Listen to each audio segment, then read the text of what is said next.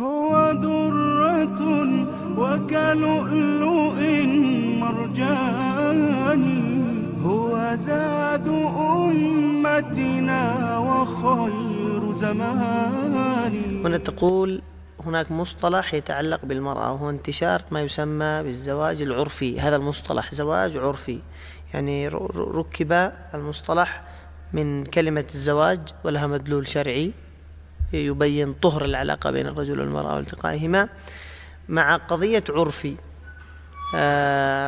وله مدلول ما موقف الشرع منه أولا. ثانيا أصبح في هذه الفترة منتشر في المدارس، فما هي الطريقة المناسبة لتوعية الناس؟ ما دورنا في توعية الناس والطريقة المناسبة للتقليل منه؟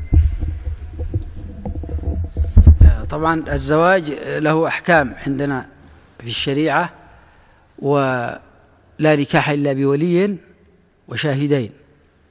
فإذا كان الزواج بدون ولي أو بدون شاهدين فهو باطل بحكم القانون اليمني، ولا يسمى زواجا حتى لو أضفي عليه وصف العرفي، فهذا الإضفاء إنما هو تغرير.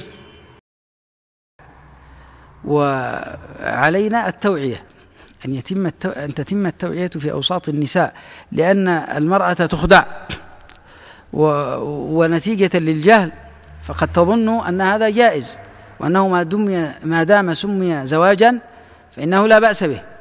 لا سيما أيضا في الفترة الأخيرة بدأ التشيع يغزو ديار المسلمين، ومعلوم نكاح المتعة وأنه نكاح حرمه الإسلام، وفيه تساهل في التقاء الرجل بالمرأة.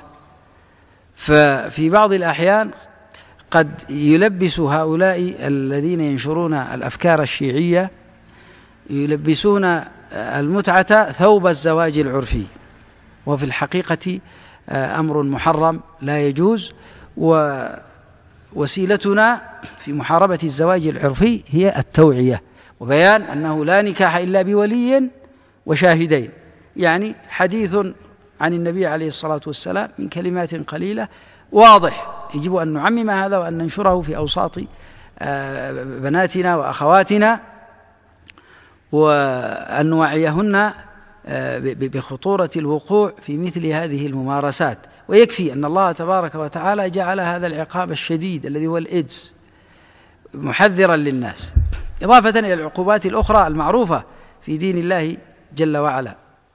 هو ذلك العلامة الرباني.